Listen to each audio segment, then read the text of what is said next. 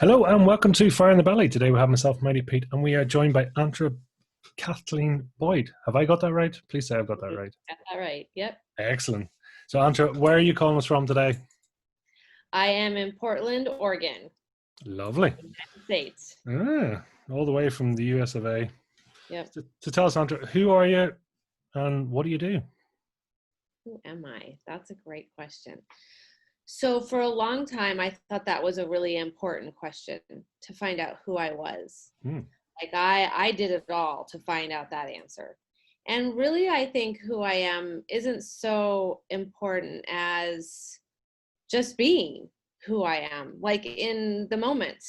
So, before it was, well, I'm sensitive because, I'm a Pisces and, I'm a smartass and sarcastic because I grew up in a family with 10 children. And, to get dinner, you had to fight your way to the table. So you better have a good sense of humor and a smart alecky personality. And I really tried to figure out over the years who I was. Personality tests, DISC, all these professional kinds of tests, so I could put myself in a box. But the real truth of the matter is that yeah, sometimes I'm sensitive, but I'm not sensitive. Does that make sense? Like I sometimes feel sensitive, but that doesn't describe who I am. Nor does, well, I'm, a hot volatile mess, or I'm really generous. None of those qualities describe who I am as a person, because that's not who I am. I sometimes have those qualities.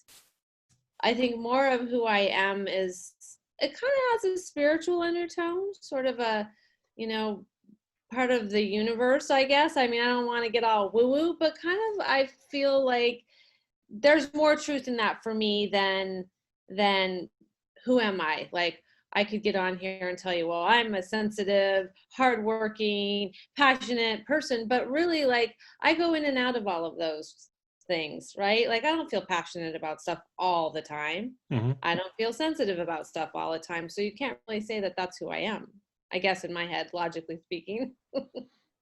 Are you you? Yes. And the funny thing is I figured out that I am me because I thought, like, if I lost a leg, for example, like if I got in an accident and I had to, and I had to have an amputation, would I still be me? That quality of Antra. And that is true. Yes, I am me. There's nobody else like me. There is nobody else like you, right? And I would still have that flavor Antra, even if I was missing an appendage, or if I was, yeah. I mean, it just made sense to me logically. I don't know if that makes sense, but like it just, yeah, I would still be here.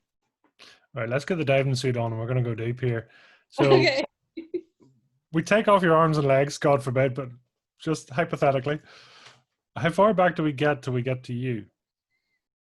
I don't think you have to go far back at all. I think you're just you. Like there's this Antra quality about me that is, we all have that individual quality, and yet I kind of feel like we are also all the same, because you have your quality. You're, Pete, in the way that you're Pete, and you probably have some sense about that you kind of know that there's this personality inside of you, this person inside of you that's you.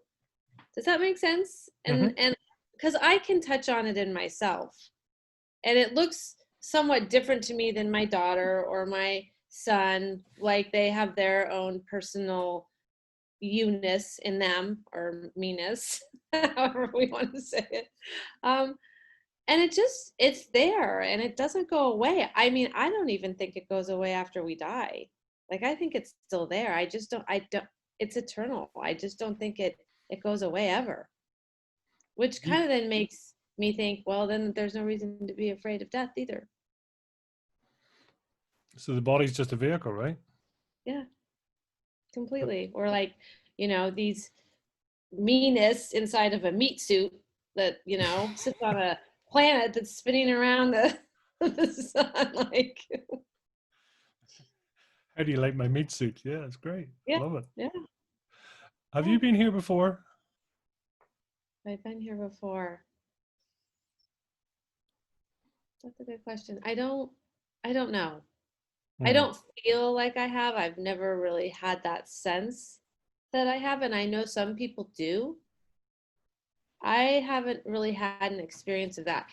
An experience I had that was really like, it was funny. When I was 15 years old, I was watching this movie with my brothers and sisters. It's a movie that was made in the 1980s. It's called Cocoon. I don't know if you've ever seen it, but basically it's a story of these elderly people who they go and they visit this vacation home that's kind of been empty, and they get in the swimming pool and they find these big pods, and it turns out that the pods are these aliens from another planet. Well, unbeknownst to them, the aliens come because they want their pods back, they want their people back.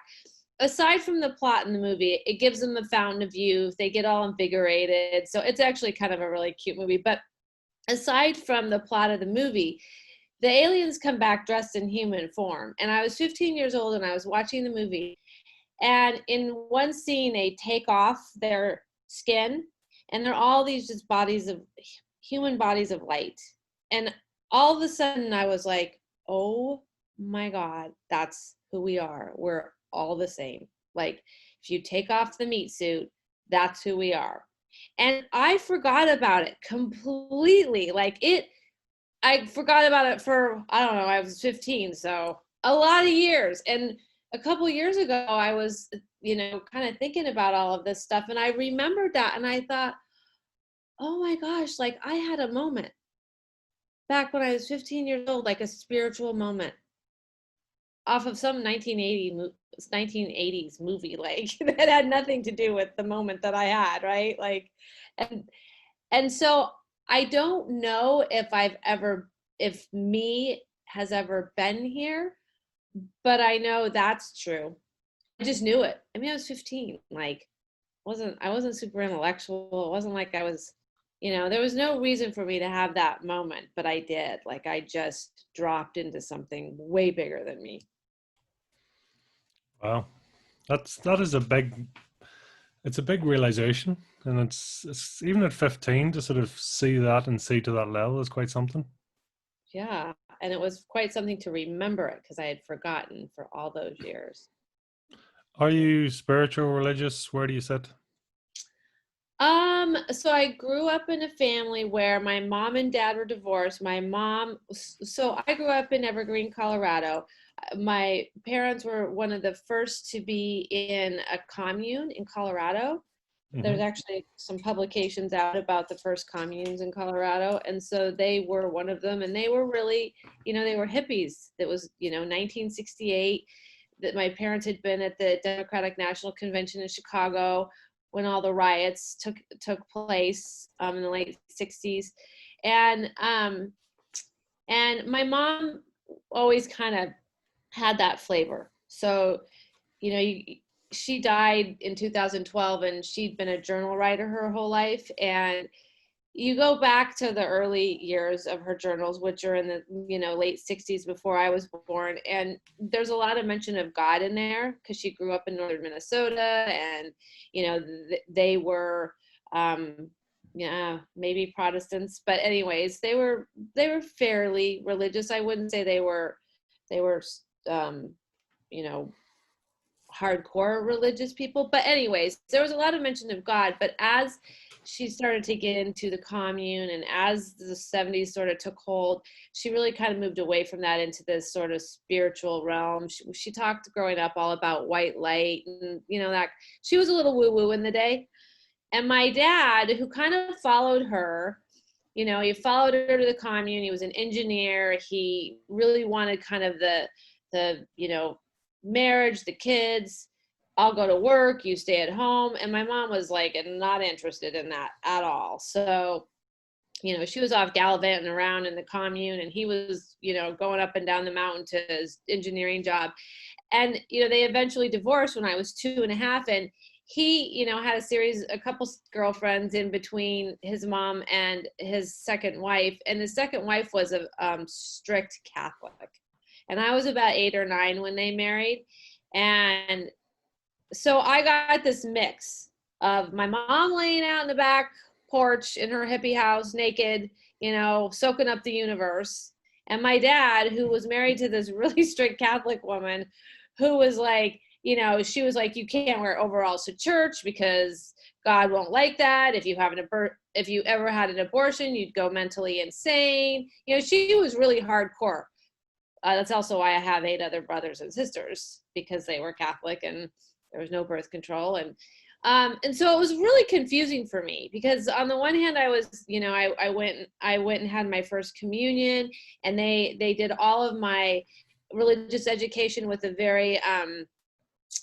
very well known at the time kind of scholar and monk named Father Van Zeller, and he was like a true Catholic. And so there was a huge impact on me in his teachings, because we would go to this farm that he lived on, and my sister and I would get these teachings so that we could receive communion and whatnot. But once we moved away from that, and it got so dogmatic for me, like going into say confession, and being told that I was gonna go to hell if I didn't say 50 Hail Marys, and I kind of was like, okay, fuck that, I'm out of here. Like I didn't have time for it. By the time I got to college, I was just over it. And I really kind of stayed away from the woo-woo stuff too. I mean, I think it's why I went into the profession I did, why I served in the military, because I just wanted to be everything she was not.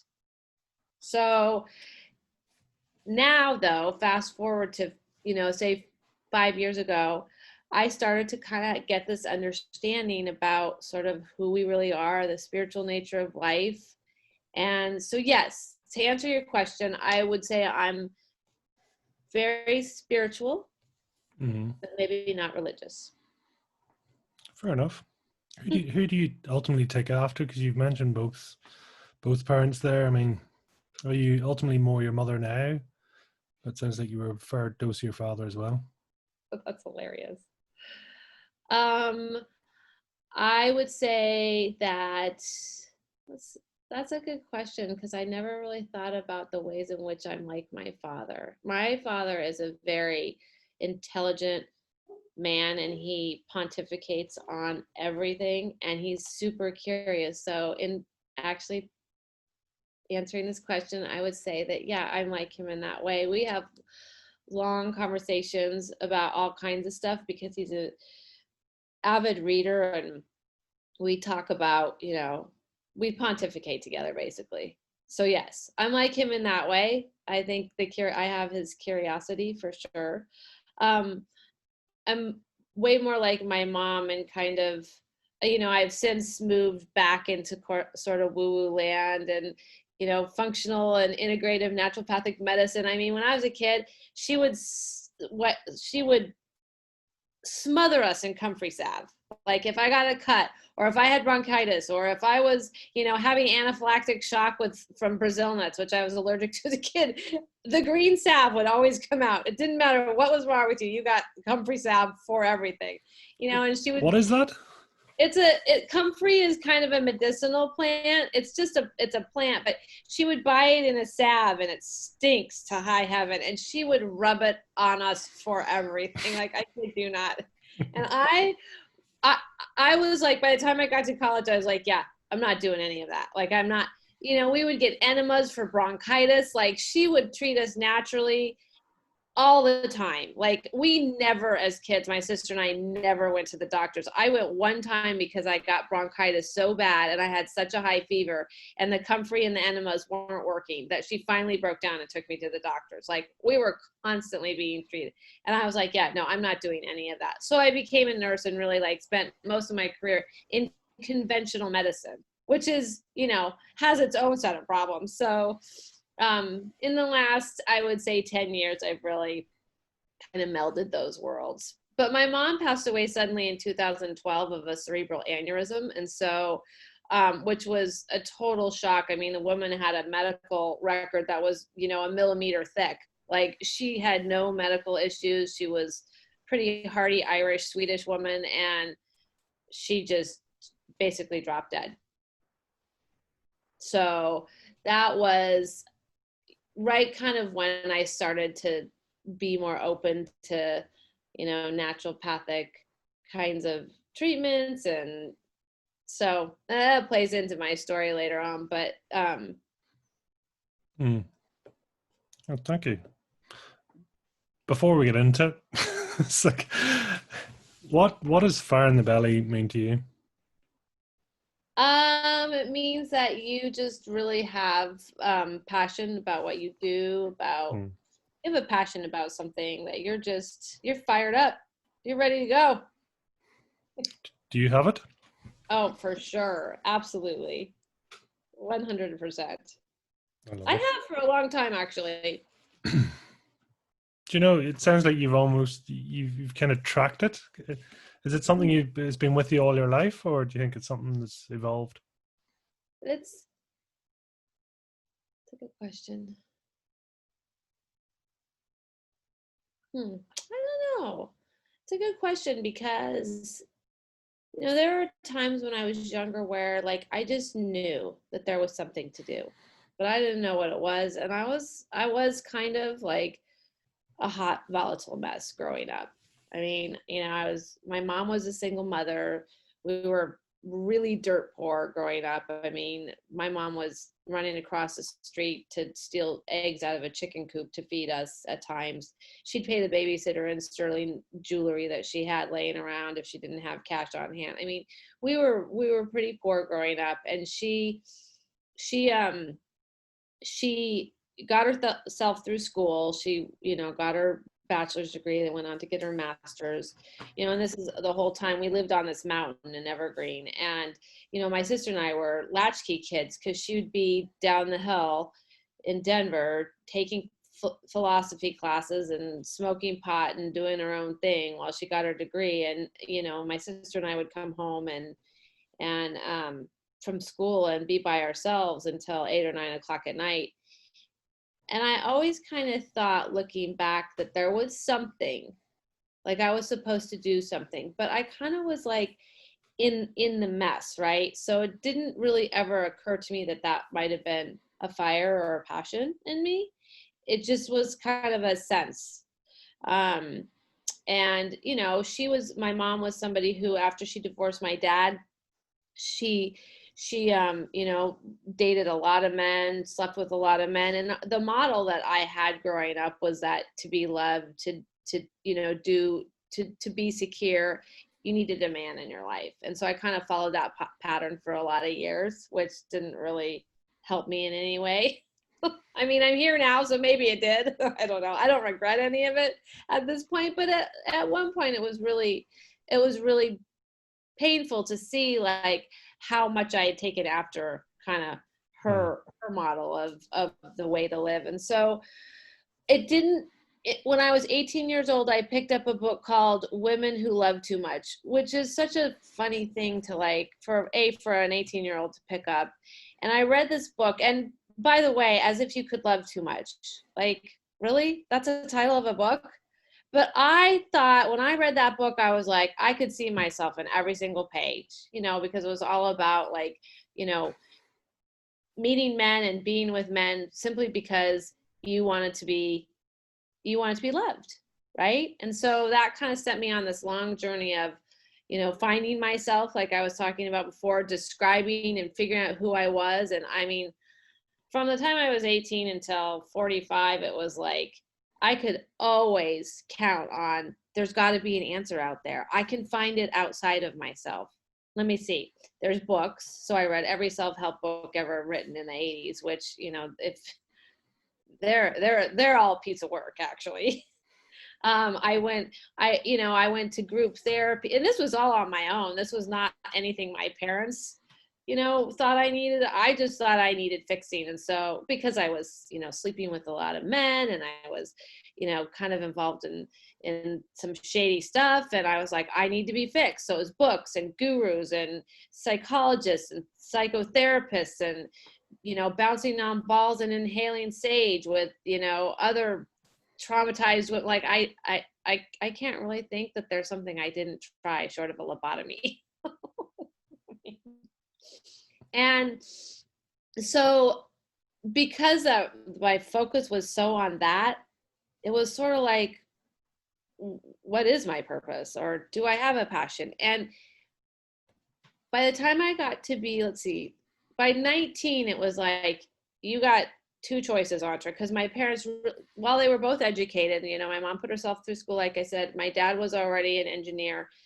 They never pushed education on us, so I didn't really know that that was a thing. Like college was like, what's that? Like I didn't really like, there just wasn't any impetus to do well in school. There wasn't any, like, my mom was just kind of like, she was a free-for-all parent. Do what you want. Like, I don't care. And so at 19, I was like, well, you can wait tables and do drugs the rest of your life, or you can go to college. Like somehow that thought came to my head, and it was like, I think I'll go to college. And then it was like, well, what are you going to do if you go to college? And the only thing I could come up with was, well, I guess I'll be a nurse. And again, like, where does that idea come from? Which I think is really curious to explore. Where do we get these thoughts that propel us to do the next thing? So I figured out how to get myself to college. I got accepted into a university under what they called the DAP program, which is the directed admissions program. Basically, it was, we're going to give you a year to prove yourself. We called it the dumbass program. And so I got into the university under this directed admissions program and got straight A's the first year. But I was paying for my own school. It was all, internally motivated. My parents had nothing to do with it. I don't think they cared if I went to college or not, to be honest with you. My dad was busy with, he had like 9 kids by that point, and my mom was overseas with my sister, and so it was like, what am I going to do? I guess I'm going to college. So it was kind of there that the nursing, the declaring my major in nursing, getting into science, really actually getting an education, because I had attended this alternative high school, which was more of a go to school and smoke a lot of pot high school. There was really it wasn't like your traditional high schools in the US where you go every day, you get science, math, English, you basically you designed your own education and you smoked a lot of pot. Well, that's what I did anyway. So it was, all internally motivated, and I did really well in college, and, did everything I should have done to piss my mom off. I joined a sorority.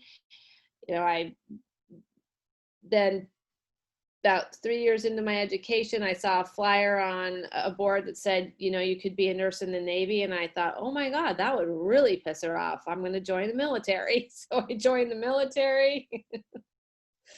and I think it was kind of right around that time when I joined the military where I was like, okay, nursing was a good pick for me.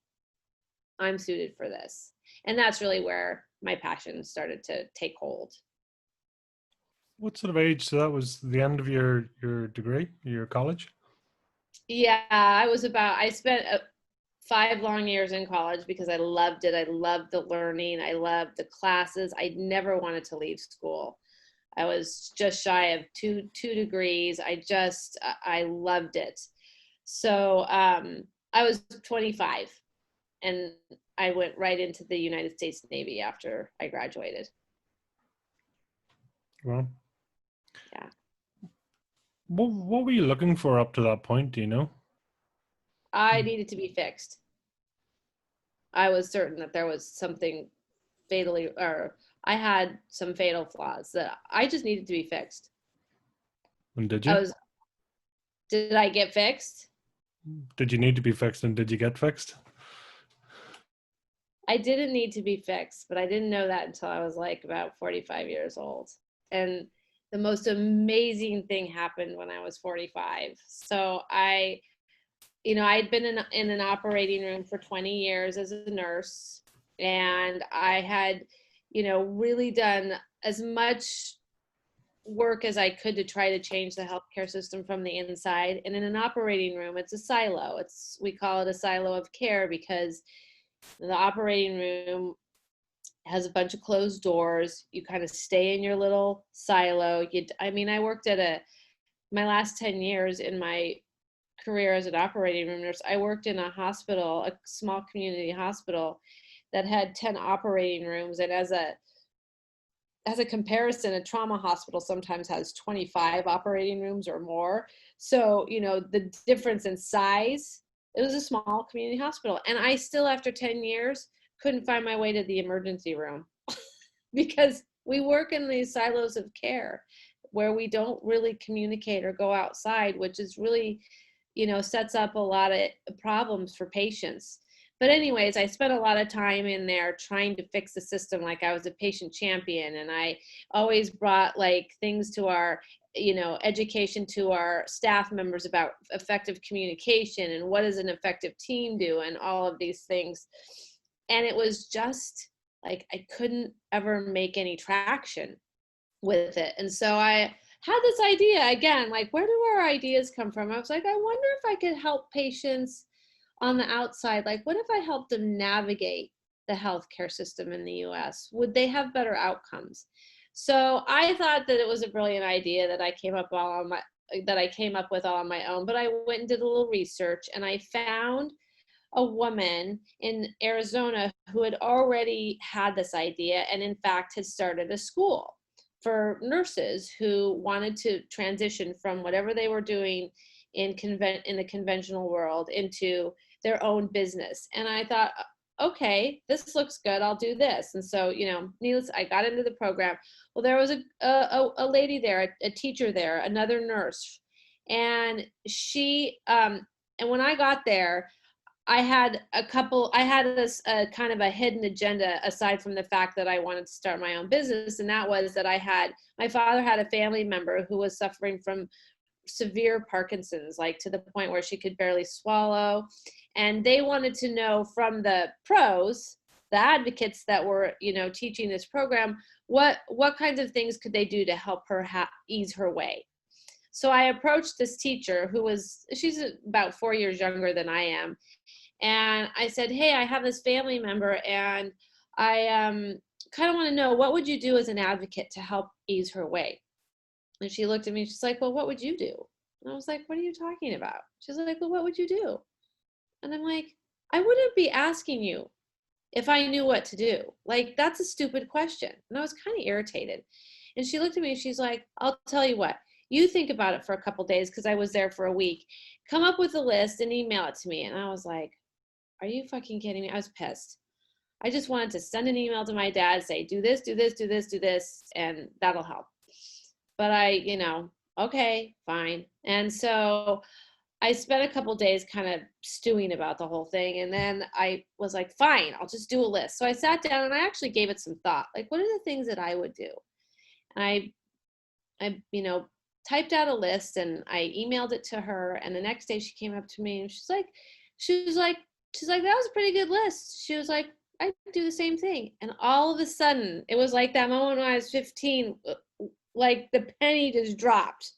Like, oh my gosh, I know. Like, I know what to do. Like, it was crazy that it took me 45 years of gurus, books, sage, pot, drugs, the whole 9 yards, just that one little tiny instance of, oh my God, like I've always known what to do and I've never needed fixing. It was crazy. And it changed everything in my life. Like, it makes me sad or not sad, but like teary to even think about it. It changed everything. It flipped my world completely upside down. Do you think it was the question, or do you just think you were just ready? Yeah, I think it was both. I think the question was directed at the question. I think she asked the question so that I could see for myself, right? Like, there was no fixing or her being a guru. I think the question was asked so that I could see it for myself. And that, I think, is the difference between finding somebody, seeing it for yourself. It's a completely different arena. When you see it for yourself, it's just true. And I saw it for myself. Like, still. And then, she went on to become a really good friend of mine. And there were other times, other questions that she was really good at asking me these questions. I was on in a ball in my closet, bawling my eyes out, so frustrated with my children who were, in their very early teens or tweens. And I called her and I'm like, I don't understand. Like, I am trying so hard to be the best parent and I just can't get it right. Like, what the hell? What am I doing wrong? Why do I have to try so hard all the time? And she was just like, well, why are you trying so hard? And I was like, oh, like, again, it was like this insight-based learning. Like, all of a sudden I saw, like, yeah, why am I trying so hard? Like, what if I just showed up? What if I just showed up and I was me? Like, what would happen? And I started to show up more, just however that was. And I got less and less volatile. I got less and less angry. I got I got a lot more. I just felt a lot more love for my children. Like, it just, because I saw it for myself. I can't believe I'm crying. You warned me. I did warn you. You did. Fair enough. Isn't it beautiful though to have realized that? I mean, imagine having never got to that point. Oh my gosh. I was living my whole life in fight or flight. Like, I was so stressed all the time. And I was that way from a very, very young age. I mean, my mom was a wild card and I grew up with all kinds of crazy shit happening 24/7. I mean, the stories I could tell you, the crazy. And I was always on red alert, always. And when I started to see these things started to shift. Like, I remember driving my children to school, and if we were even a minute late, I could feel that adrenaline rush. I could feel that stress response kick into high gear. Like, driving your kids to school, really, Antra? Like, seriously, right? Like, that's how stressed out I was all the time. And I kind of gave lip service to the whole stress and health connection. Like, oh, right, sure, whatever. That's just a bunch of phooey, even though there's gobs of research that links stress and inflammation and sickness and disease. I mean, the research is, there's a plethora of it, but I kind of was like, that's not true. But it was true. It was very true. And so when my mom died in 2012, I was managing the OR. So the job was, I was in a really high stress job, and she died so unexpectedly. And that kind of threw me over the edge, and I got diagnosed with hypertension, and I was running blood pressures 170 over 100, which is kind of where, healthcare professionals consider stroke. And I was, in my early 40s. That's how stressed out I was. And it continued, that hypertension continued into my mid 40s. And by this time I was getting this naturopathic functional medicine. I was sort of starting to play with naturopathic treatments. And I was really trying to, again, fix my problems. This was before kind of the penny dropped. And nothing was curing it. But I still didn't know that I was in this red alert. Like, I still didn't see it. And I was starting to fall into this health anxiety rabbit hole from 40 until 45. When I went to that class, I had been taking Advil like candy since the military. The US military gives everybody Motrin or Advil, ibuprofen, for every ache and pain. And, the medication bottle says take 400 milligrams, but they always prescribed 800. And I was young. I was in my 20s, and I had sore joints and headaches and, all kinds of, I'd had headaches since I was a little girl. And when I got 800 milligrams of Motrin in the military and my headaches went away, I started taking it like candy on an empty stomach, because I'm young. I'm not going to get an ulcer. I'm not going to have, and so I started to go down this health anxiety rabbit hole. And I was like, I don't understand. I'm 40, I'm fit, I eat fairly well. Why do I have hypertension? This makes no sense whatsoever. And I, was doing everything I could to fix it.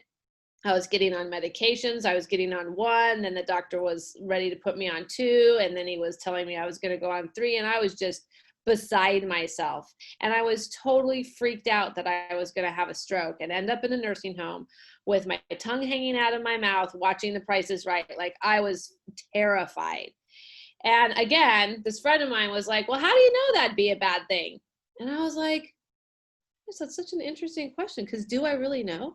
Like, how do I know I wouldn't like being in a nursing home with my tongue hanging out of, those questions, like, is that true? Like, how do I know I wouldn't like it? And I started to like see like how in red alert I was all the time, and how stress was having such a huge impact on my life. And so when I started to see these things, like, I know the answer, I know what to do, I could just show up and be me. My earlier point of everything changed, my stress started to go away. I started, like I said, I started to get less angry. I started to have more love in my heart. Like, this stuff just started to just happen because I started seeing kind of the truth of who we are, not just of who I am, who we all are. What was missing? What do you mean? I particularly like the expression, your void is your value. And sometimes when, you're taking yourself and, the hypertension, you have yourself wound up to the max. I'm kind of working out what were you seeking at that time, and what, what suddenly started serving you in a different way. Well, it was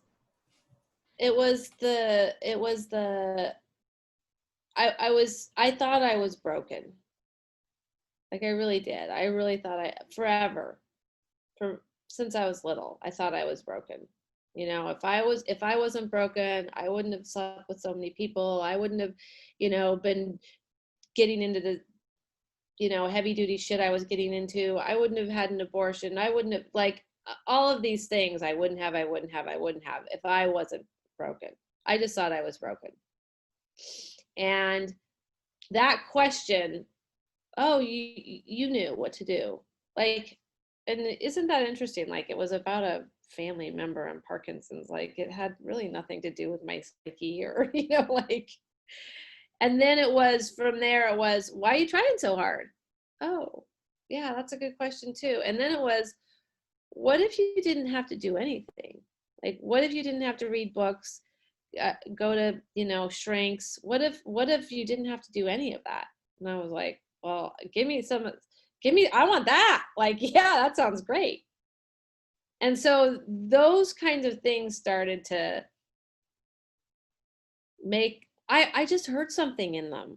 I just heard something different in that, right? Like, oh, I don't have to try so hard. I already know the answer to anything. Like, if I don't know the answer, it will occur to me to find the answer, right? Like, we do the things we need to do day by day.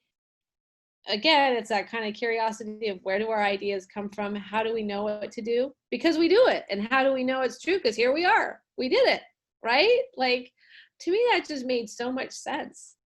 So I think the void was this idea that I was broken. And the change was seeing the sort of spiritual nature. That's when I remembered that instance in so many years ago when I was 15. That's when I recalled that. And there's this spiritual understanding that comes from this guy named Sydney Banks. They call it the 3 principles, but it's really a spiritual understanding about, who we are, which is, in my head, this body of light, right? That you really can't get it wrong. Like, the void there was a purpose there. I mean, the value in that for me is that got me to where I am today, which is so much happier and so much more passionate and so much more lighthearted, so much more levity, so much more humor, so much more like I don't know that I would be here sitting, in this chair talking to you if I hadn't had all of that craziness, right? Like I don't regret a single second of any of it. And I don't have high blood pressure anymore, which is crazy. Like it's funny because I don't know if this is funny, but it was funny to me. Had the high blood pressure, was, in this program called Foundations of Health with my girlfriend who was running this. She was running this research project with a partner of hers, because her and her partner came from a kind of a chronic fatigue fibromyalgia background, and they started running this program called Foundations of Health, and it was really for people with chronic fatigue and fibromyalgia. And at the same time, they were running a research project to see if what their Foundation of Health program, if it could help people with chronic fatigue, because that's one of those, kind of autoimmunity sort of chronic illnesses that don't ever really go away in the conventional world. People, the conventional medicine doesn't treat that very well, and so people kind of believe that they're going to have it forever. And these are people who never leave their homes, who stay inside because they're on red alert too, right? It's just a different red.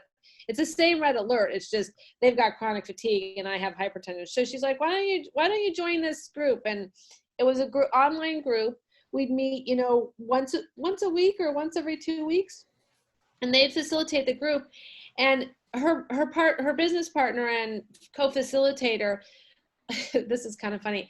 So I was in the rabbit hole about the hypertension, but I also had a wicked case of hemorrhoids. Like, it was bad, and I was trying everything to fix it. And by this time I had kind of seen some stuff, like things were starting to shift for me a little bit. I still had the hypertension.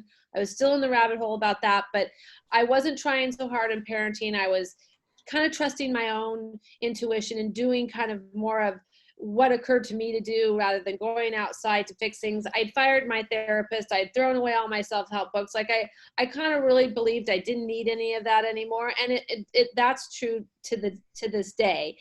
But I was still there was still kind of an Achilles heel, and I really had it focused on health. Like, some people get really up in their heads about business or about, like relationships or whatever. But for whatever reason, my Achilles heel seemed to be my physical health. And they're like, well, why don't you come on? You have hypertension, but whatever. This is the same for everybody across the board. So I got in this group, and John asked me, he said, and I was talking about my hemorrhoids because they were horrible and they were so painful. And I mean, I was doing everything, again, falling into that kind of trap of fixing it, right? I mean, I had preparation H, I had everything. I had everything because I could barely sit down sometimes. They were so bad. And I mean, it got so bad that one night I even brushed my teeth with the preparation H because it was a tube and it was dark and I wasn't paying attention, and I put it on my like, that's how bad my hemorrhoids were. And he looked at me and he was like, could you be okay if you had hemorrhoids for the rest of your life? And I was like, could you be okay if you had painful hemorrhoids for the rest of your life?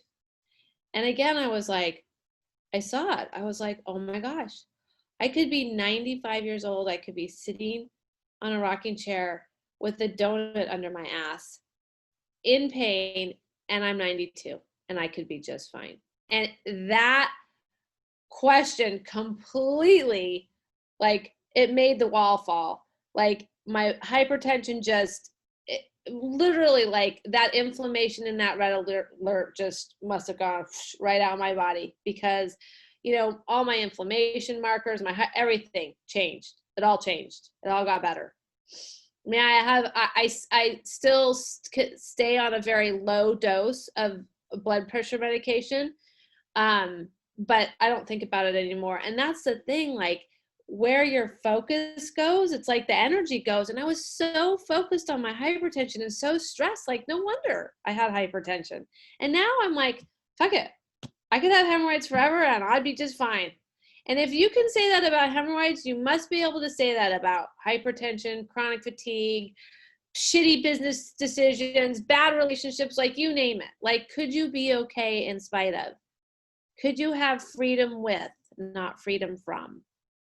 And that changed everything for me. I mean, there have been a series of things from that one question. You knew, or, what would you do? To why are you trying so hard? To could you be okay? Like, could I be okay with hypertension my whole life? And could I be in a nursing home? Yeah. How would I know? Because I'd be there. I'd be okay. In my head, logically, that just made a lot of sense. Like, how do we know we're okay? Because we're here. Like, I've been through a lot of trauma and I'm still here. Like, I mean, you look at me, you must think, yeah, she's okay. She's sitting here, she's having a conversation with me, right? Does it occur to you that I'm not okay?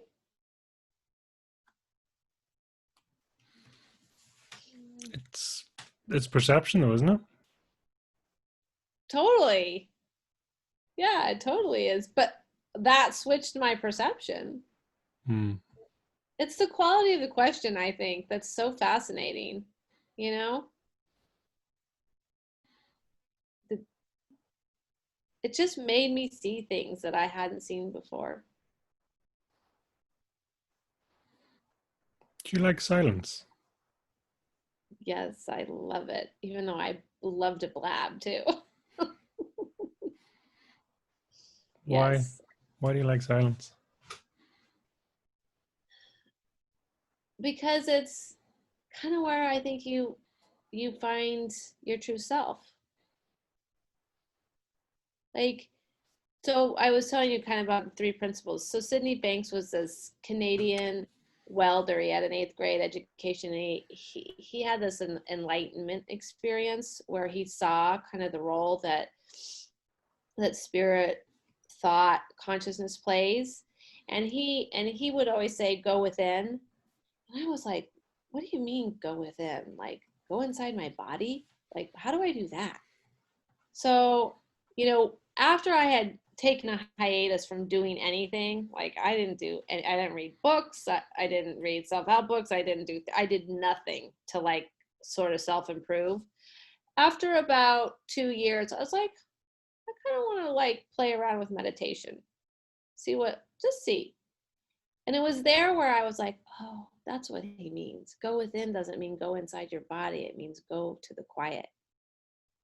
Go be in the quiet. And there's something so delicious about that feeling. I love it. And I don't tie myself to a meditation practice. I do it when it occurs to me to do. So I do it. I do it a lot, but I don't do it every day. I didn't do it this morning because I was waking up and getting ready for this podcast. Then that's, like I don't have anything on it. I think, which is what makes it partly so delicious, is that I do it because I love that quiet. But I'm not doing it to fix myself. Did that change since 45? Is that a fairly new thing? Yeah, it's brand new. I mean, since 45, in the last 5 years. Before that, I would say no, I did not like quiet. I had a head full of busyness. Total talking head all the time. That's what I was going to say. I mean, we talk about did you have voices in your head? No one gets about spooked by that. I'm kind of going, okay, do you have an inner critic? Oh yeah, I have voices in my head. Are you kidding me? A bazillion voices in my head. Multiple voices.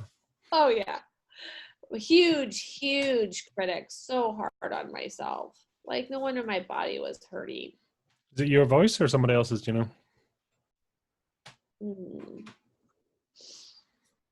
I don't.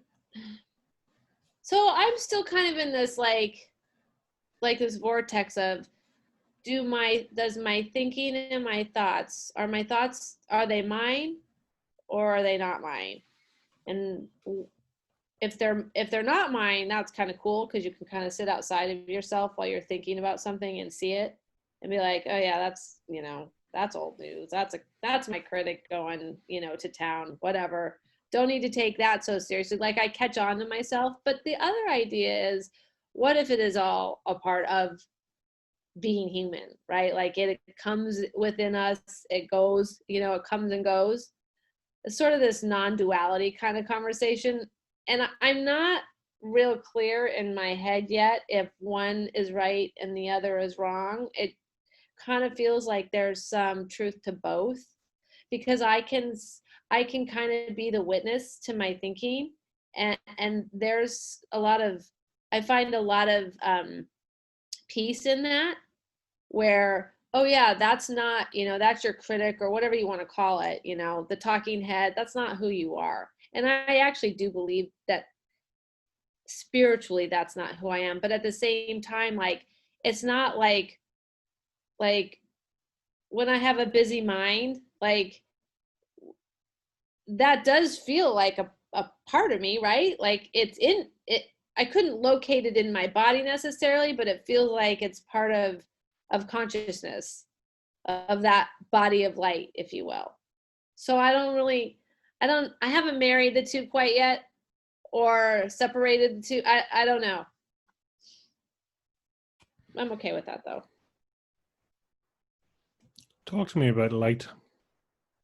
Light. Well, my mother was a big fan of the white light. So that was my spiritual upbringing with her, right? You wrap yourself in white light. It was her prayer that we would, she had this mantra that the universe always, was watching out for her kids, which gave her great freedom to do whatever she wanted, because her kids were going to be okay no matter what. She picked us up in the middle of high school.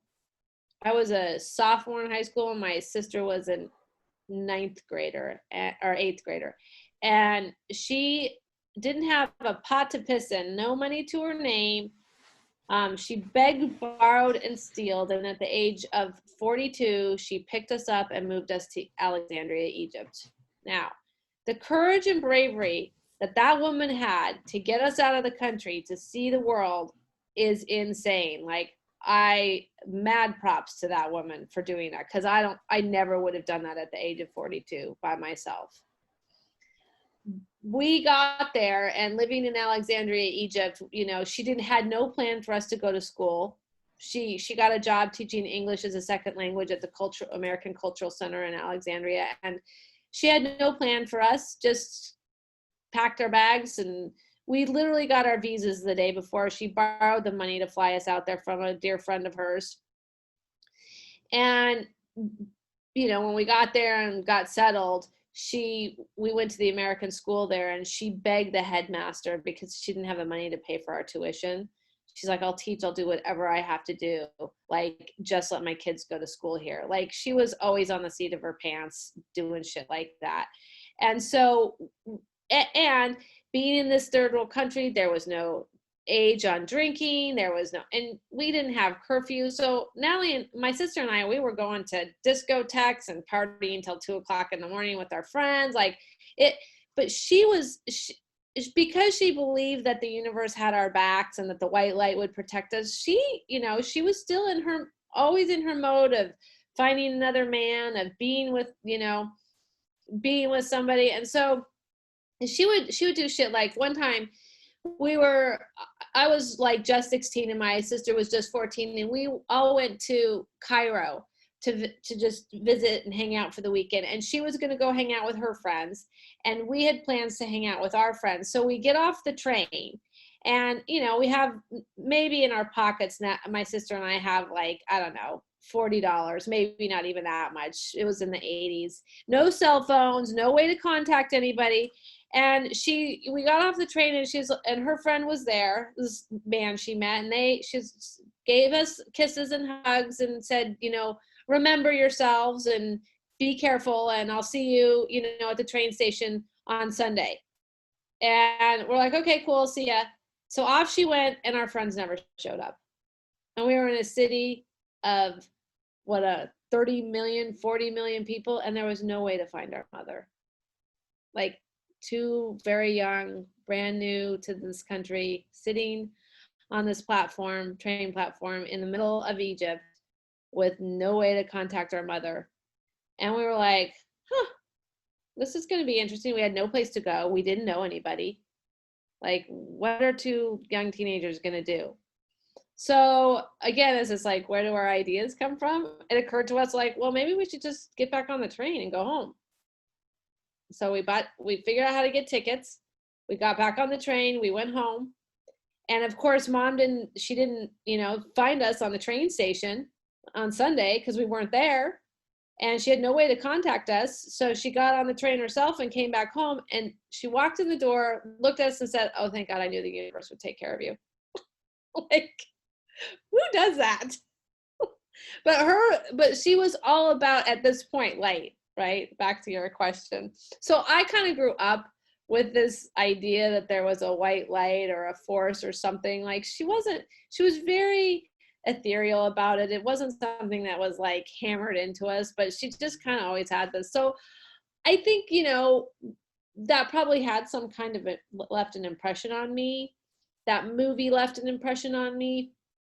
And I just think that it's consciousness. It's who we are. Like, there's this, we are of God and God is of us.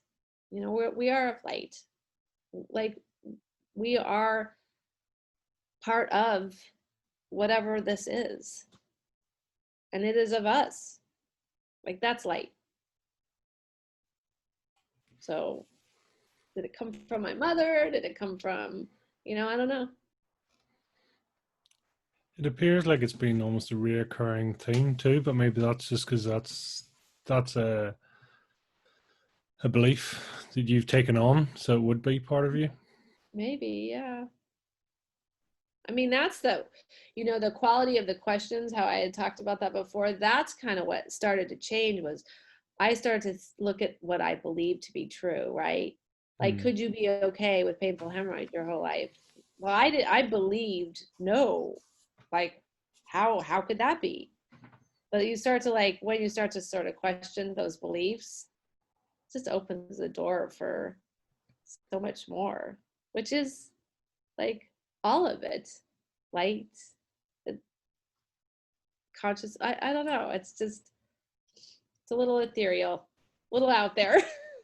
But it feels true to me. Is it true? I don't really know. Would you be comfortable to die now? To die now. After the foundations of health and after the hypertension, and after that started to subside, I got diagnosed with cancer. And I was terrified. And, I was on an urgency train because, my surgeon was like, my doctor was like, well, we need to, do a massive surgery, but we're going to book you 3 weeks out. I was like, I'm going to die in 3 weeks if you don't take this tumor out today. Like, I was. Where was it?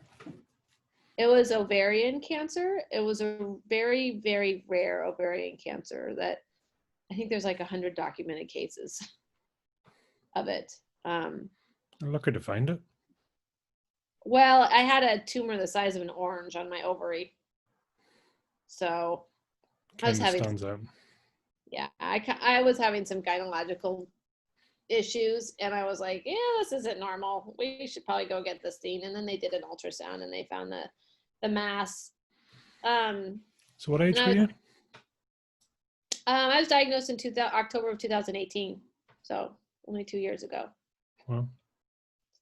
And I was, I had just launched my business, which I was, super passionate about. And the business is, I had left my career as an operating room nurse and started a business called Connected Care Patient Advocates, right? Because I wanted to see if I could help people navigate healthcare with a challenging diagnosis on the outside versus trying to spin my wheels on the, inside. And so when I got the diagnosis, like, I got this. no problem. Like, I'm an advocate. This is what I do. How hard can this be? Right. But I was terrified, as I think it seems natural that a diagnosis like that would be scary for most people. Not everybody, maybe, but I think by and large. And so I, brought my husband to the first appointment, but I also brought an advocate, and it was so telling, like, how you just hear nothing a doctor tells you when you're faced with something like that. I mean, I walked out of there and I was like, oh, we forgot this, we forgot that, we didn't ask this. She's like, no, no, no, we got it all. I was like, we did? She's like, yeah. I was like, oh, I don't remember that.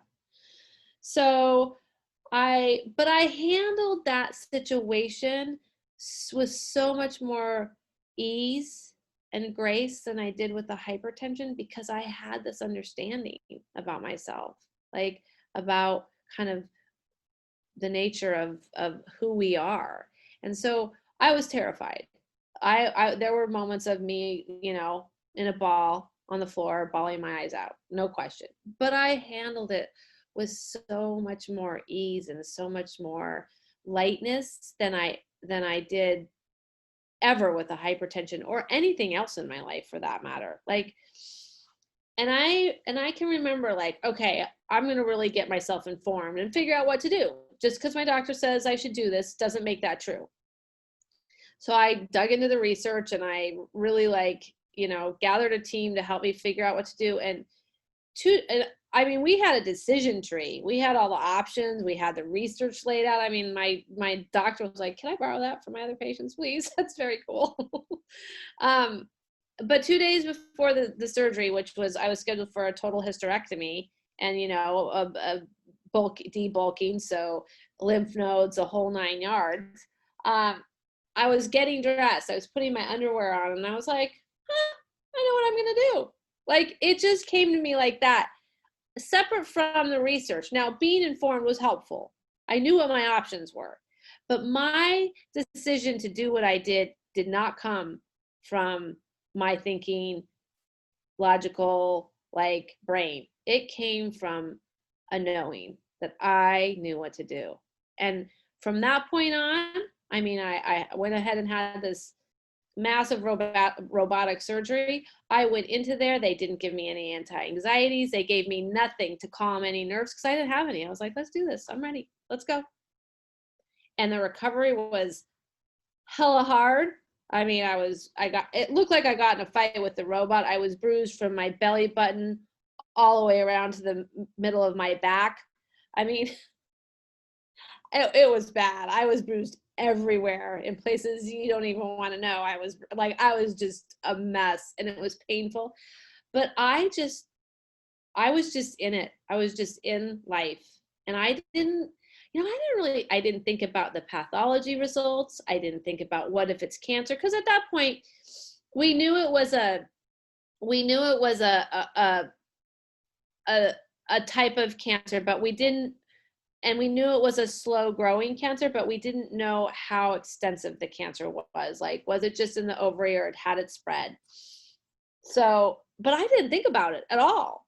Like, from the time I got out of surgery until 2.5 weeks later, when I went to my follow-up to get the results, I had no thinking about, well, what if it's in my lymph nodes? Well, what if it's, like, I just did it.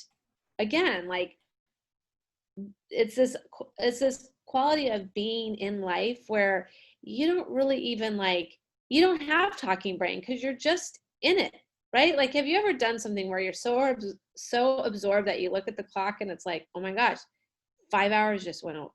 How did that happen? Like, that's that quality of being in life where you're not all up in here at all, because you're just engaged in your life. And I was, recovering from the surgery. It just didn't occur to me to get all freaked out about it. So when I got back to the doctor's office, he went through all the scans. There was no cancer anywhere else. It wasn't in my lymph nodes. It was zero place, but he still recommended chemotherapy. And the minute he said chemo, I said, nope. He was like, what do you mean, nope? I'm like, I'm not doing it. He's like, why? I'm like, because you're telling me that this is a really rare ovarian cancer that, by the way, it isn't even, chemo isn't even, if you look at the research, chemo isn't even effective for this kind of cancer. But you're doing it just in case. Which he said he was. I mean, my surgeon and my doctor was fabulous. And I, mad credit for just what a really good physician he is. But again, right? Like, just because he says that's what I should do doesn't make it true. Right. And I was like, not doing it. And he was supportive of me. I mean, he disagreed with me, but I walked out of that appointment and it was like every cell in my body was doing a happy dance. Like, I had this physical, like, euphoria that had nothing to do with my thinking brain. Like, it was, again, like this knowing, like I knew what to do. And then I went to a naturopathic doctor and did a lot of stuff to like get healthy and stay healthy. But like there was none of that fear that I was going to die. And so I still get afraid sometimes, like when I start to go down a rabbit hole, I feel afraid. And I kind of think to myself, well, what if I got cancer again? Would I be afraid to die? Knowing what I feel like I know. And I don't think so. I don't know that I would sail through it happily necessarily all the time or joyfully. I think I would have moments of, this sucks, I hate this, I'm afraid, why me, poor me, all the whole range of emotion. But I don't know that I would be,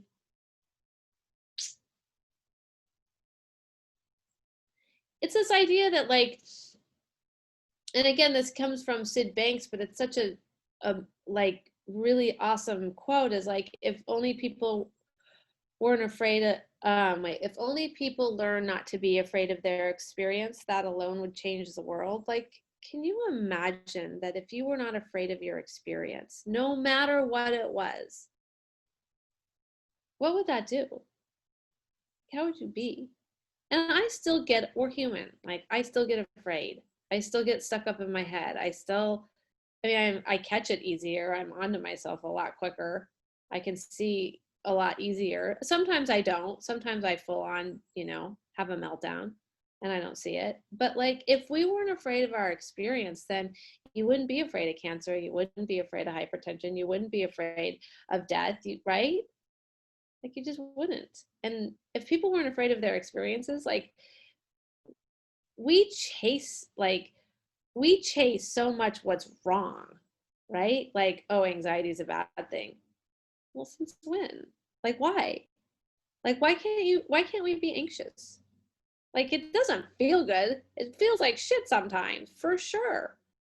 But like, could you be okay if you were anxious forever? Like, that question has changed so much for me, because it's like, yeah, I hate to be anxious, but I probably could somehow get through it, because I've been pretty anxious lots of times in my life. I think that's kind of why I was curious about your perception on death.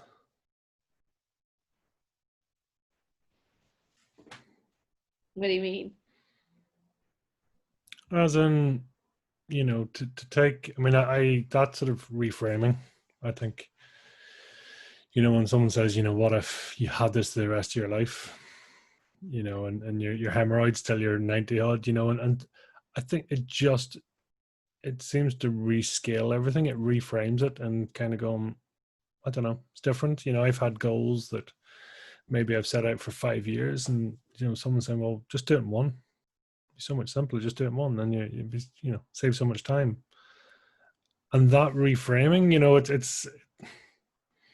it's like, as you say, the amount of energy people give, and I love that expression. You talked about, what if you're not afraid of your experiences? The amount of energy that, worry is a pointless action. Yeah. But so many people don't get that. They sort of go, yeah, but I've got to worry. It's like, well, you don't have to. You're choosing to, and actually achieve nothing. So I don't know. It's that, and just almost looping it back to you were saying about the deliciousness of silence and quietness. which says a lot about your sort of inner voice and everything else that's going on. Just yeah. Yeah, that inner voice, like we all have it too. None of us are are exempt from it, which is really cool because then you can see that like, and again, like I'm still, there's still this sense in me that like I feel like we all have this knowing.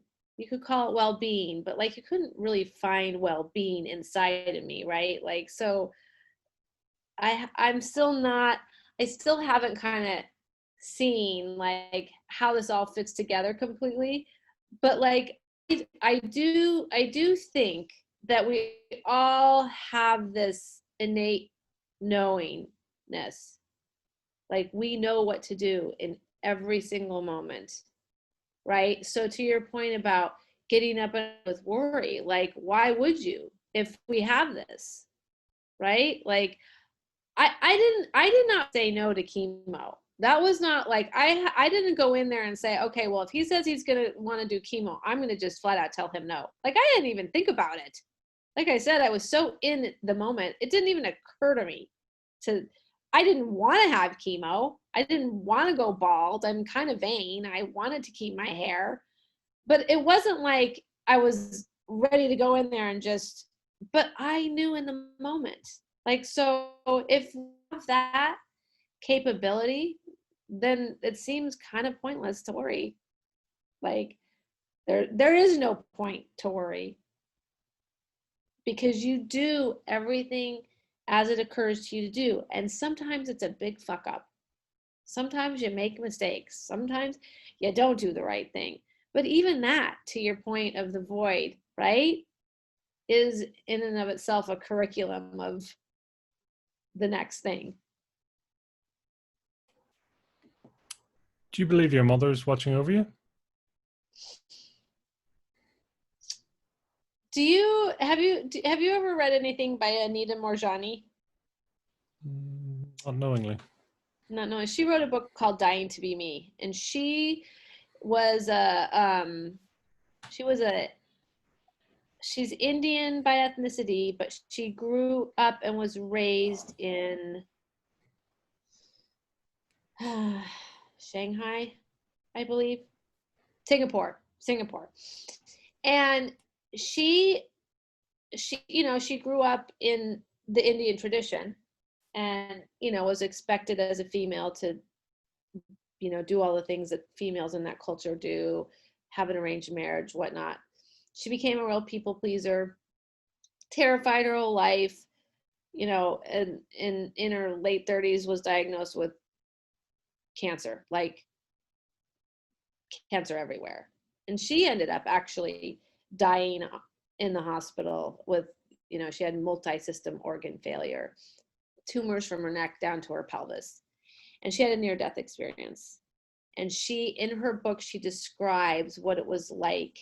And it's so fascinating because she describes this sense of like lightness, I guess, but this tapestry that she then, her dad had passed away before that, and she had this sense of her dad there, and that there were these connections of all of us in this massive tapestry. And it's such a beautiful description of how I imagine it to be, so that we are all connected in our physical forms here on earth with the plants and the animals. Like we are all part of this microbiome, if you will, like this. But even us, if we're not in our meat suits, right? So I don't know that she watches over me, but I certainly feel like there's a connection, there's a thread that connects me to that, to the lightness of who she was, or to herness, who my mom was, the meanest, you know what I'm saying? Her what's the word I want to use? Because she doesn't have the meat suit anymore. So yeah, I don't think she's watching over me like to protect me or to guide me or anything like that, but I definitely think that there's connection.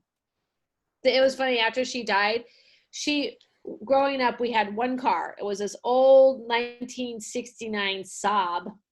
It was this kind of cobalt blue, and it was, it would be a classic these days.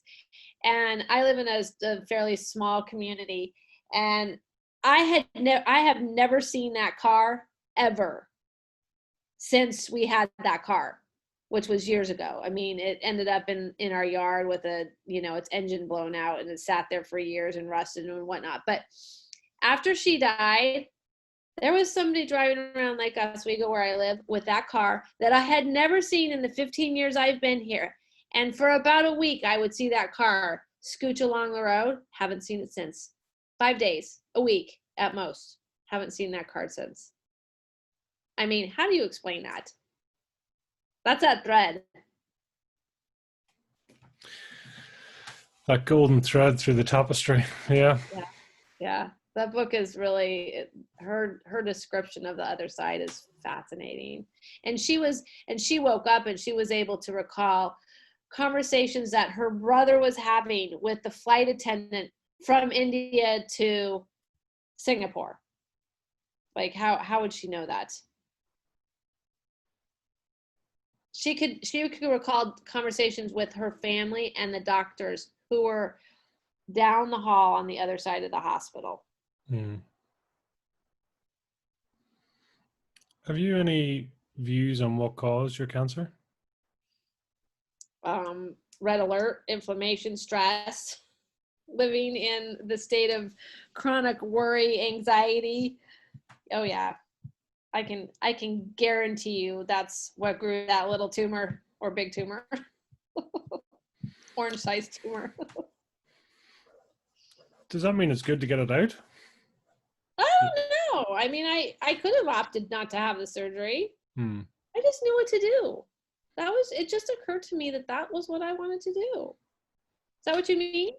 Yeah, but I suppose, it's almost symbolic to have it out of your body. It's like that's, the parcel of all that stuff gone by, that actually fresh beginning, that you sort of extract that bundle of badness.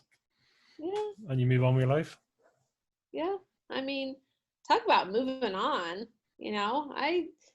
I have an interest in cancer in general because of what I do, and I get a lot of clients who have cancer, and I really have an interest in naturopathic treatments for cancer.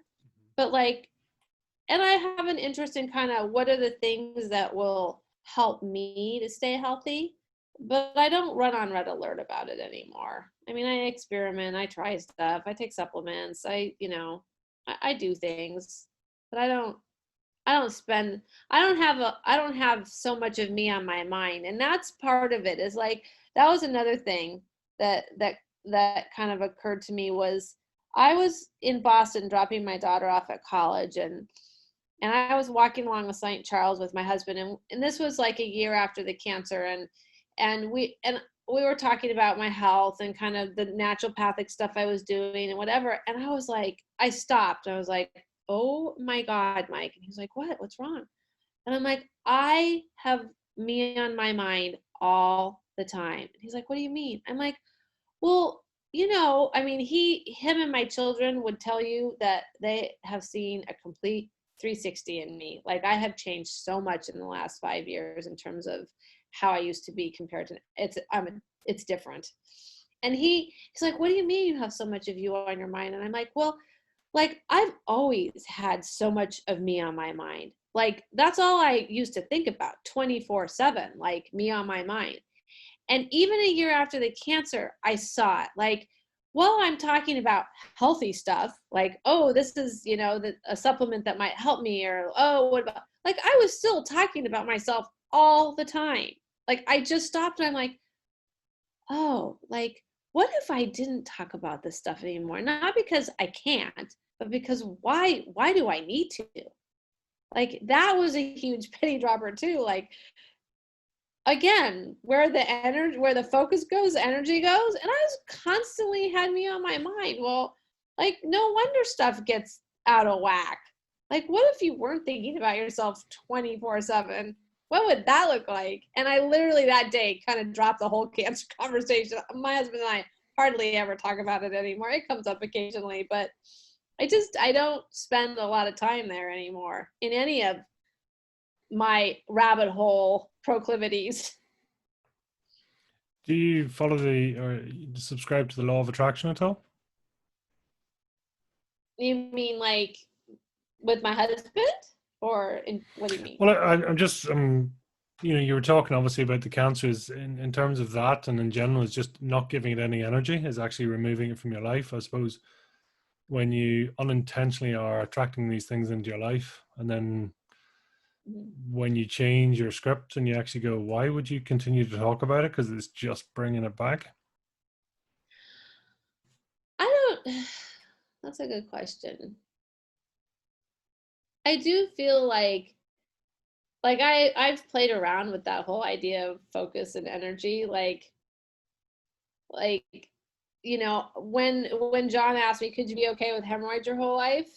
The minute I was like, oh yeah, I could be fine, I didn't think about him, and I never had a problem with him again. I think once when I got a rectal exam, but that would probably irritate anybody's hemorrhoids. Right, like they didn't bother me, and I was brushing my teeth with preparation H. Now come on, like that's a problem. Right, and I haven't pulled any of that stuff out in 2 years.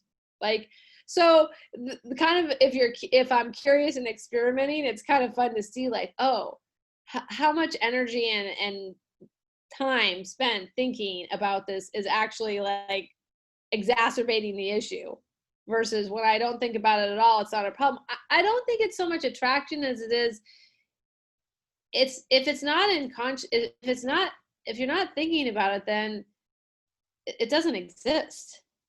Maybe something like that. Like, it's not a problem, I guess. No, I get that. I do get that. I mean, that says a lot for burying your head in the sand, then, doesn't it?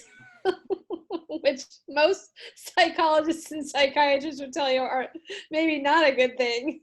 But I kind of like that, actually. It's That's kind of sometimes almost a slight full circle with your mother. It's almost like the white light is protecting you, and yeah, didn't happen. Therefore, right? Yeah. well, going right back. I mean, how did it feel at the time? It sounds like you were given a lot of leeway. You were treated very much. Your mother was, let you get on with it. I mean, how did that feel? I mean, did you ever feel that you just wanted to be sort of kept and mothered more, or was that something that you just didn't know any better? I mean, that's a that's a good question. I think I think what was harder for me was the fact that we were so poor and there was lots of comparison, right? Because I lived in a small town that at the time was either this uber wealthy or you were kind of poor white trash, basically. Um, and that was really hard growing up, was to be the have-nots, be in that have-not group. But I knew my mom loved us. She was definitely absent most of my life, like, you know, m- mentally. Emotionally, she was there, I think, occasionally. You know, she always she always encouraged us to have good cries because that would make us feel better. And she was definitely. I just knew she always loved us, regardless. Were we her main concern? Were we her main priority? No. But I think you can hold both. Like, I think you can still love somebody and not be there for them. And I think she kind of had both going on. Um, and I mean, I don't at the looking back, I was just always in red alert. Like, I was always on the, like, what's next? What's the next thing? I mean, as a little girl, I woke up one night to her in bed with two men. They were drunk, one of them took out a gun, threatened to burn the house down. Like stuff like that was always happening. Like that was just part of my life. So I was always like I was like, you know, the cat on the screen, just like this all the time, with the hair on my back sticking straight up. My What and age my were you dad, then? I was like 7 or 8 when that happened. Um, That's not normal, right? no, I mean, I don't think any of it was normal. She had a friend who got in a car accident and basically broke every bone in his body, and he got a body cast, and it went from like right here all the way down to his feet, and we lived on a mountain, and our house sat on this rock, and you had to go up like 60 stairs to get to the top of this hippie cabin. It was more of a cabin than a house, but and she decided she was going to care for him for the summer. So she got a bunch of people to get him up to the top of the mountain, to carry him, you know, like a coffin, basically, up this flight of rickety stairs into the back porch where they put a hospital bed. And he stayed out there all summer long with a bedpan under him. Like, it was always stuff like that in our household. There was always crap, weird stuff that's just weird. Like, I'm actually writing about it. The stories, oh my gosh, my mother is a piece of work. And, you know, and living with my father, we would see he lived in Colorado as well. And he, you know, he was having baby after baby after baby. And, you know, living in that household, you know, we saw my dad like every other weekend. And my sister and I really took to all our brothers and sisters and were really like engaged with them through, you know, through all of them, through every single one of them. We changed their diapers, cleaned their rooms. Like, you know, we were the older sisters. And my stepmother at the time was not my favorite person. And we did not really get along very well. But my sister and I took to the kids, and it's fascinating now because my dad always says, yeah, us adults could never figure anything out, but you kids certainly did. And I'm close to every single one of them. Like, I have a relationship with every single sibling that I have, which is super interesting because, you know, my dad and my mom, well, they kind of always maintained a relationship of sorts in terms of like, they were civil to each other. When my stepmom came on the scene, it kind of everything went to hell in a handbasket. And, you know, they were calling each other Nazis and fight. Like, there was always a shit show going on. When we moved to Egypt, Natalie, my sister and I wanted to come home for the summer. So my mom got in touch with my dad and said, hey, we want you to pay for the tickets, the airline tickets from New York to Colorado. And my stepmother was like, at the time they were pretty broke, and she was like, no, we can't afford it. Absolutely not. But my mom never told us that. She sent us anyways, thinking that if the kids got to New York and realized there weren't tickets there, dad would save the day and pay for it. And the whole time we're thinking, Natalie and I, my sister and I are thinking that, you know, that we got a trip all the way back home. Like, this is fine. So she drops us off at the Cairo International Airport, and off she goes with her, you know, current boyfriend at the time. And something goes wrong at the front desk, and they can't get us on the airplane, which is the first issue. So, you know, again, 14 and 16, here we are in a massive city. They can't get us on the flight for, I don't remember what the reason was, but we're like, well, we can't get a hold of our mom because there's no such things as cell phones, and she's gone and there's nobody to call. And they're like, okay. And they're like, but we had tickets to New York. So we're like, you need to fix this. So they set us up in this really fancy hotel for the night, and they were going to fly us out the next morning on British Airways. So my sister and I spent the entire day at the pool with Johnny Walker on the rocks, you know, sunbathing. Then we went to the disco, like all by ourselves. Like, we had no parents, nothing. Like, it was the best time ever. We they gave us some spending, like it was awesome. We were like, so, but we get to New York and there's no ticket for us. And we call our dad and he was like, can't do it. I don't have the money. And we're like, well, so what are we going to do? Because we're in New York.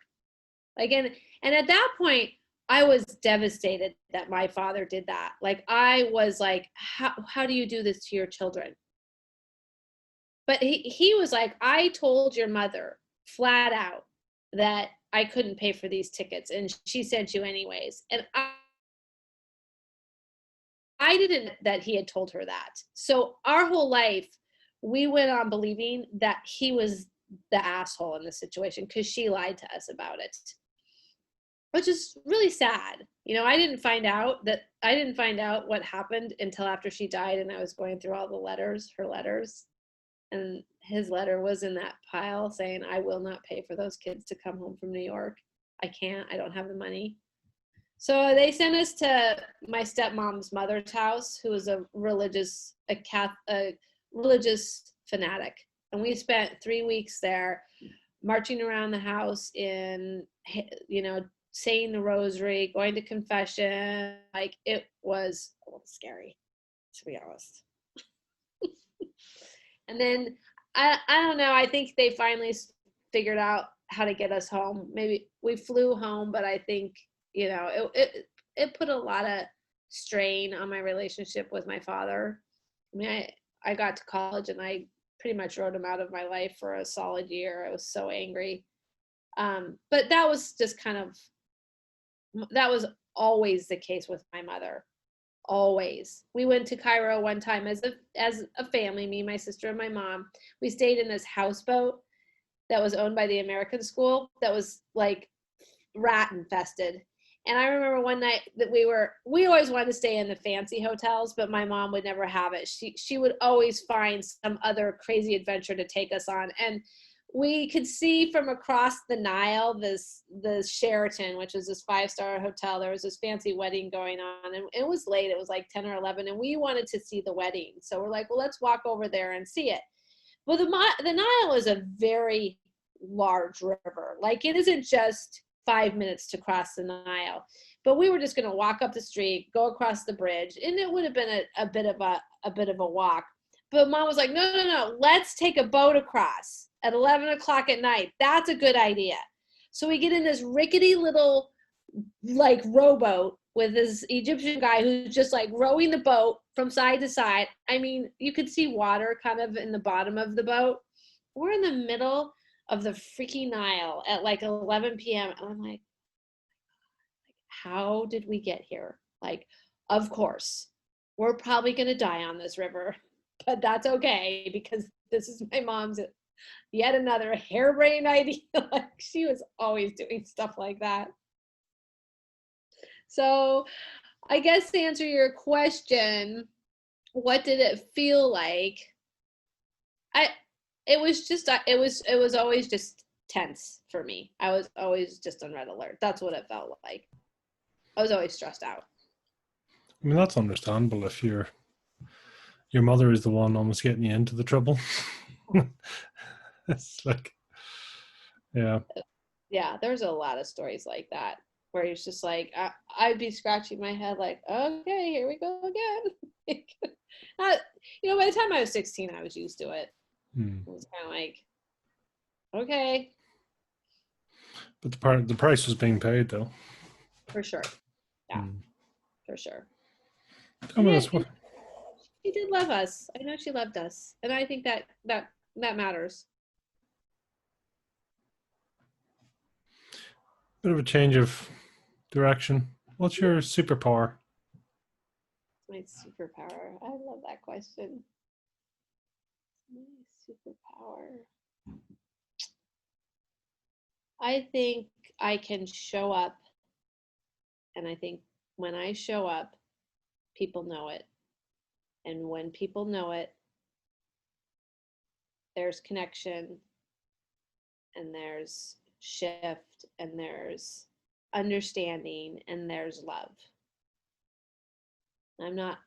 My superpower is I don't always go there, but when I do, I think I think it's transformative for me and for them, because I think there's connection, and I think there's love, and I think that's really the only thing that matters at the end of the day. Not that I can create it, or I just think people know. They know when you show up. And you know what, to be honest, I think everybody has that superpower. They just don't know it. I think you can show up. Why do you not always do it? Because I get stuck up in my head. Because I start thinking, analyzing, criticizing, worrying. You know, I mean, those are pretty hard habits. Sure. You know, if I was addicted to anything, I would say that would be what it was. You know, I mean, I had plenty of opportunity to be addicted to drugs and alcohol and sex and everything, and it just, while I, you know, played in those areas, never stuck. I was too busy with my addiction to myself. Preservation too. You know, it's what it's all about. Yeah. What's your proudest moment? Proudest moment. My proudest moment. I'm pretty proud of the business that I started. Talk to us about it. Well, I'm proud that I jumped, you know, I took the risk. You know, and I'm proud, and I'm also proud that I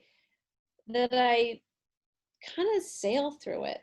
Like, I don't, well, again, it's not my Achilles heel. I don't get up in my head about it. Like, if it failed, it wouldn't say a thing about me. It wouldn't be, you know, it wouldn't tear me to pieces, or, you know, freak me out, or and I'm proud that I did it. I'm proud that you know, my business partner, who was also a operating room nurse at the same hospital as I am, she was kind of curious about what I was up to when we were both working there, and I'm proud that we launched it together, and I'm proud that we have such an amazing relationship. I mean, she's 32 years old. She's a lot younger than I am, and she's the most grounded person I've ever met, and we work together so well. Like, we've been together now 3 years, and I can't think of one conflict we've had at all.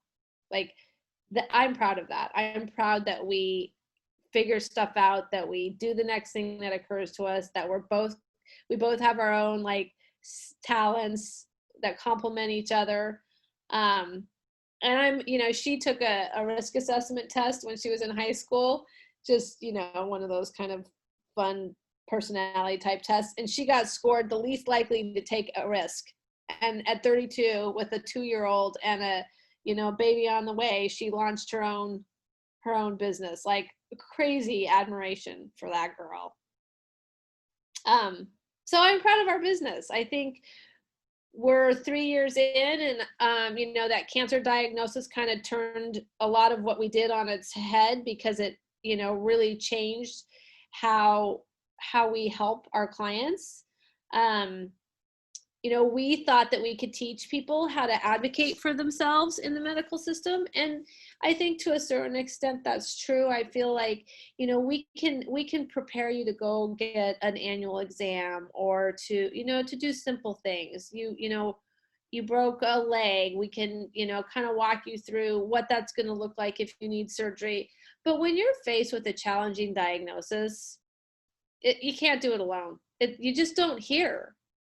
And so it sort of it shifted how we interact and show up for our clients, you know. And I think while we do a lot of practical things like check their medications and make sure they're not interacting, and we, you know, write medical timelines, which are like cliff note versions of your medical record, and we do a lot of practical stuff. We prepare for appointments. We, you know, what people really want is they don't want to do it alone. And it's back to that whole connection thing. And you know, people know it, that, and it's not as scary, and it's not as hard when you have somebody there who's basically holding your hand. I mean, a stage 4 cancer diagnosis is scary for a lot of people, really scary. And I find for myself, from my own experiences, that when they have somebody who understands the medical system, who knows how to like go up the chain of command, who understands the language and medicalese. I had a client, I was typing out some notes from an appointment for a client, and his medical record had the word cancer and the word lesion. And I'm typing out the notes and I'm like, so your cancer here, blah, blah, blah, and a lesion here. And then I'm like, whoa, wait a minute. Like, people don't know that lesion and cancer are the same word, right? And so you send somebody their notes, or a doctor speaks to them in these kinds of ways, and they don't understand. And that's just normal people.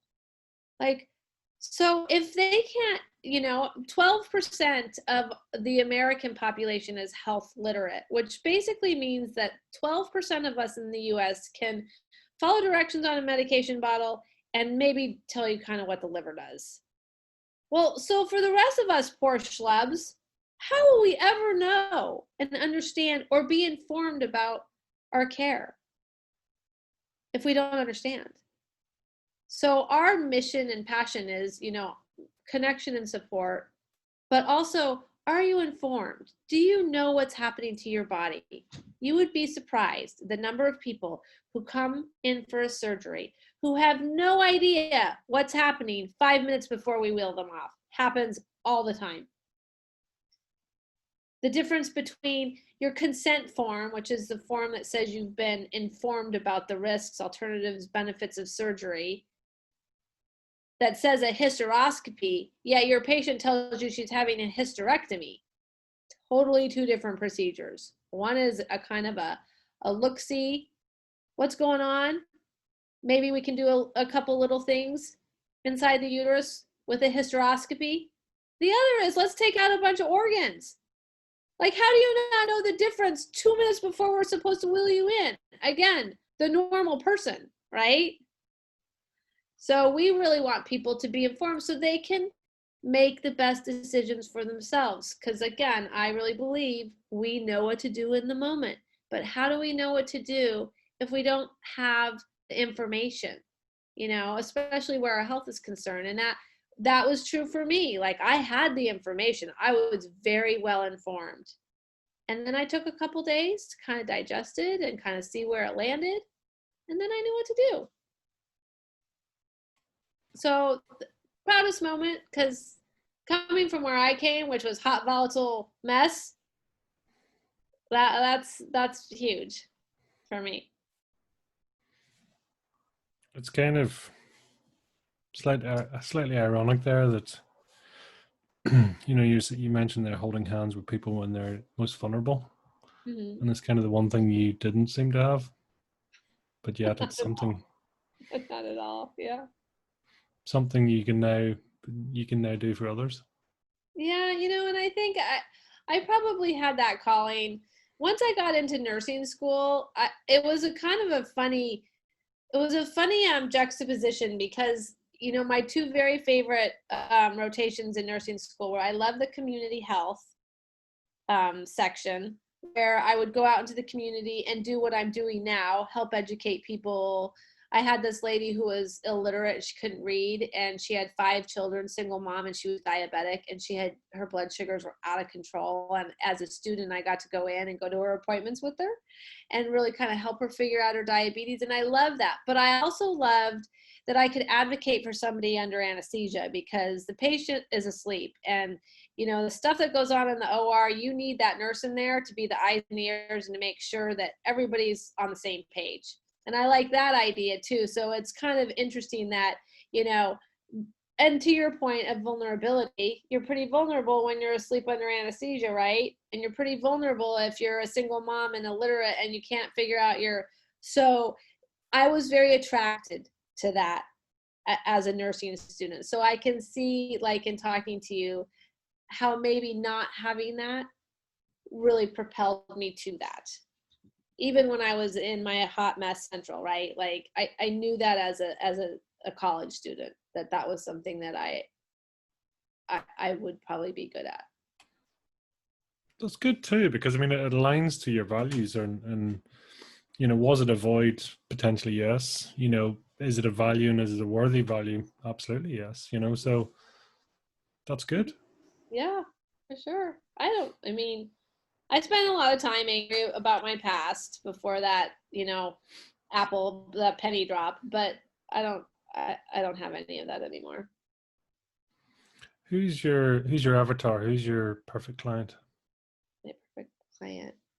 You know what? I do have a proclivity for the elderly. I mean, they have so much to offer. Have had years of experience in living life. So I love really the fact that I actually now get to know my clients, because as an operating room nurse, they don't even remember you, and you get like 5 minutes with them before surgery. So it's not like you ever establish a relationship. I do love the elderly. I love getting to know them. I love listening to them talk about their lives and what they, but I look back on all of the clients I've had thus far, and people are pretty perfect, just in general. Like, we have to be if we're the same, right? So I see perfection in all of them, and I there's so, like, I feel like sometimes, like, oh my gosh, like, how am I getting paid for this? Because this is amazing. Like, I feel like I get more out of it than they probably get, from having me as their advocate. So I think a perfect avatar is anybody who comes to me who needs support. Mm. Yeah. Yeah, it's a beautiful service, as you say, to be the information conduit between Yeah. crazy medical world and real life Yeah. Yeah. It's been a world. real gift for sure. Mm. What's a guilty pleasure for you? Oh, a guilty pleasure. Well, I love Epsom salt baths, and I try to have one every night. And sometimes my kids will want to watch movies and hang out with me, and I'd rather take a bath. That would be a guilty pleasure. Um, I kind of still like to get in trouble sometimes. Like, my girlfriend and I have a saying, Karen, that's a horrible idea. What time? What age do you feel you are? Well, I certainly don't feel I'm 50, Mm. but my dad is almost 80, and he says he still feels like he's 20. So I wonder if that's like a universal. A lot of the elderly people I work with don't feel old. I don't think you can feel old, right? If if you're you, no matter what, without a leg, with a leg, dead, not dead, then there's no age. You're not old. You're just you. And I kind of feel like that must be true. I hear it all the time from people. Elderly say it, oh, I still feel like I'm 20 inside. Mm. My dad says it. I certainly don't feel 50. I mean, what is 50 supposed to feel like anyways? As you say, age is just a number. I think our souls, our minds, or everything else doesn't age in the same way. Our Yeah. physical body might start to show a little bit of wear and tear, but The meat suit gets a little Ryan. I love that. It's like, oh dear. Do you like yourself? Do you love yourself? Yes. So much more. Yes. That was that feeling when I left the office after chemotherapy. It was just like this massive, like, it was physical endorphin rush of love. Like, my body was like, thank you. Hallelujah. Like, it was crazy. It was such a visceral, intense experience. And I used to give that lip service too, right? Like, well, of course I love myself. And meanwhile, I'm like completely beating myself up, right? Like, there is definitely a difference between really loving yourself and listening to the gremlins in your head. for sure. Yeah. I mean, if all I got to do is show up and be me, then what's not to love? It's easy, So right? it's so easy. I wish I would have known that 20 years ago. It's so easy. And sometimes it's not, but for the most part. But the expression, what is it? To know the light, you got to see the dark. Yeah. Mm, You know, because is that? interestingly, you said earlier you wouldn't change anything. Mhm. No, no thing. Change anything. It's not. I think that's so powerful in itself. Yeah, it is. I mean, even this interview of and just getting talking to people who people have been through every sort and shape of thing that you can imagine, and yeah, it's such a common thing that people go, "I wouldn't change it." Yeah, I It's know. powerful. It is powerful. I don't even, yeah. You couldn't change it though, right? Like maybe that's just part of the whole mystery in this, like we're all, sometimes I feel like life is doing me. Like I don't really have a whole lot of say in the matter. I find myself like a year after the cancer diagnosis, they saved my right ovary. That was the only thing that they left because it didn't look like it looked healthy. And a year later, it twisted on itself and died on the vine. And that becomes an emergent situation. And I woke up in the morning and I was in a lot of pain. And I was like, oh, maybe I'm constipated. I'll go back to bed. And by 6 in the morning, I was like, yeah, no, this is a problem. So my husband was out of town. So I got my daughter up. She rushed me to the hospital. And the experience was so surreal because I was in more pain than I'd ever been. I mean, I was literally hobbling into the ER. I was bent over while they were trying to get my medical information. I was and that whole experience, there was not 1 ounce of fear because I was in life. Like I didn't think once about being afraid because it was like, okay, I need some medication. So come on, people. And I look back and I was like, wow, like that was a really scary situation. And yet I wasn't scared even remotely the entire time from the time I got admitted until they kicked me out 10 hours later with, yet another surgery. Right. And so like,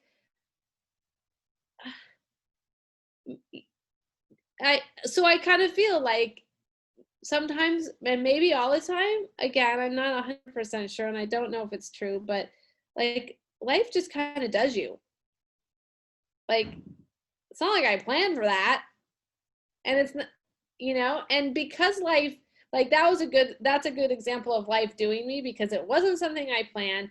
It wasn't something I had any thinking about. It was just I did the first thing and then I did the next thing and then I did the next thing and 10 hours later I was like, wow, that went by fast. Like, so I don't, I kind of wonder like how much of this is us and how much of this is you just can't get it wrong and life is doing you.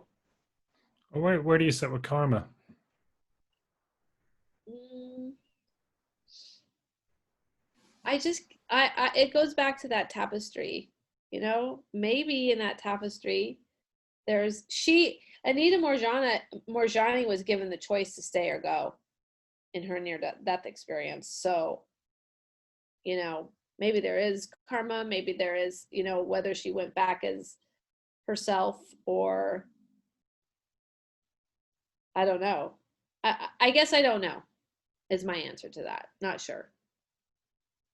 I don't have strong feelings about it one way or the other, but I also don't know if it's true. Do you know what's ahead for you? Um, yes and no. I mean, I have this, business that I'm growing. I'm engaged with some other business opportunities. Um, I don't think that any of this kind of learning and penny dropping stops, which is so awesome. And the really cool thing about it is that once, my girlfriend Karen always says, once the toothpaste is out of the tube, you can't put it back in. And that's a gift because it's, I will always have this, right? Like I will always have this understanding now that I didn't have before, and that you keep, people have insights all the time, right? Like it doesn't just because you have one stop. You never know when you're going to get one, or you're going to have a big aha moment, but like, that's so cool. So, what's ahead? Well, I hope a lot more of those. Like, I hope I get to see deeper, and,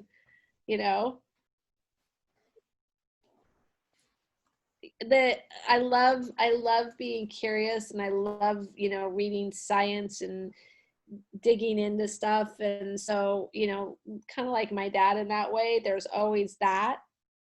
But again, like, how much of this is me, and how much of this is you can't get it wrong, and you're doing what you're supposed to be doing. Again, I don't know if it's true, but sometimes it feels like it. A lot of times it feels like it. I love it. So tell me, what's your fire in the belly then? What's my what? What's your fire in the belly? My fire in the belly. My fire in the belly is showing up to life, whatever form that is connecting, is caring less about what other people think, is having less of me on my mind, is, at the end of the day, like, however I want to look at it, like, love is, that's the fire. And my business was really built on that, was that connection, and that, supporting people and showing up for people, and being present with people who are, struggling and having difficulty, and showing up for my family and my children.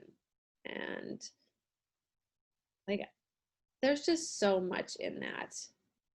There's just so much. And if we all just showed up and were less afraid of our experiences, it just makes me weepy again. It's so true. And there's so much strife, right? And you just think, like, gosh, if we weren't afraid of everything, afraid of viruses, afraid of, presidents, and if we just showed up for each other, and we were not so afraid of being afraid. Remember, it's freedom with, not freedom from. Well, like you say, that's that expression, of that quote, what if you weren't afraid of your experiences? I think it's so poignant. Yeah, that was Sydney Banks. He saw something powerful. And it's I think, a beautiful quote. I look forward to hearing more. And really, where can people reach out to you? Where can they follow you, track you down? So they can track me down on my website, which is www.ccpapdx.com, which is Connected Care Patient Advocates of Portland. And they can find me on Facebook at Connected Care PA, and same with Instagram. Awesome. Yeah. Antra, it's been fantastic. Thank you for sharing your journey and so many insights. So it's yeah, it was really fun. Thank you so much for inviting me on. I'm super excited to dig into your podcast. I'm gonna put it on when I'm in the car next. thank you. Yeah, We look forward to hearing from you again soon. Yeah. I thank you so much, Pete, for inviting me on. It's really been a pleasure. You're gonna leave me with a runny nose and weepy eyes. But you warned me. I warned most people. So it's fair game. Thank you. Take care.